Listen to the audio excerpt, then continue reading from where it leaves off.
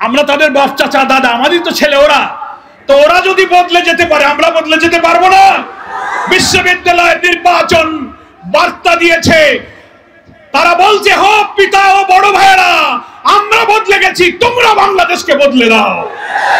আগামী ফেব্রুয়ারি নির্বাচনে ইনশাআল্লাহ বিশ্ববিদ্যালয়ের নির্বাচনে যে জোয়ার তৈরি হয়েছে, দাঁড়িপাল্লাকে বিজয়ী করে আমরা সেই জোয়ারের মধ্য দিয়ে নতুন বাংলাদেশ আমরা ইনশাআল্লাহ গড়ে তুলব।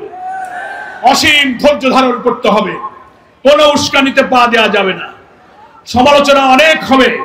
কোন দল, একটা দল ফেসবুকে স্ট্যাটাস দিয়ে বলেছে আমরা সংস্কার, অংশীদারিত্বের রাজনীতি, দেশ গঠন, অভ্যুত্থানে কোনো ভূমিকা রাখিনি।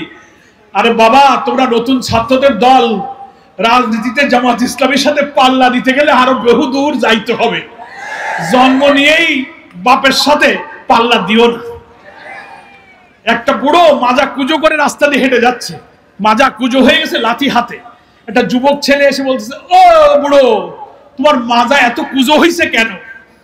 তা উনি মাথাটা সোজা করে বলতেছে, বাবা এই পর্যন্ত আসো, এই পর্যন্ত আসো, মাজা কেন কুজো হয়? জামাত ইসলামী সংস্কার চায় না, জামাত ইসলামী নতুন সংবিধান সংরক্ষণে ভূমিকা রাখেনি।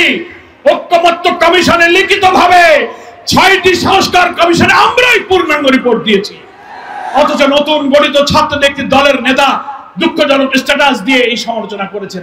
ওনারা চাচ্ছেন যে আমরা ওনাদের একটু সমালোচনা করি, কেউ তো ওনাদের নাম নেয় না, তো জামাতের মতো বড় দলের দুটো কথা বললে যদি আমাদের নাম মুখে দুই একটা নেয়, আমরা আপনাদেরকে অত আমলে নিই না। এই পর্যন্ত এসে জামাতের রাজনৈতিক ম্যাচুরিটি বোঝার জন্য আরো কিছু পথ হাঁটতে হবে। ধৈর্য ধরো, হাঁটো, এক্ষুনি সমালোচনা করো না। সামনে বদ্ধদূর যাবা, লেখাপড়া শিখেছো, তোমাদের জন্য দোয়া করি।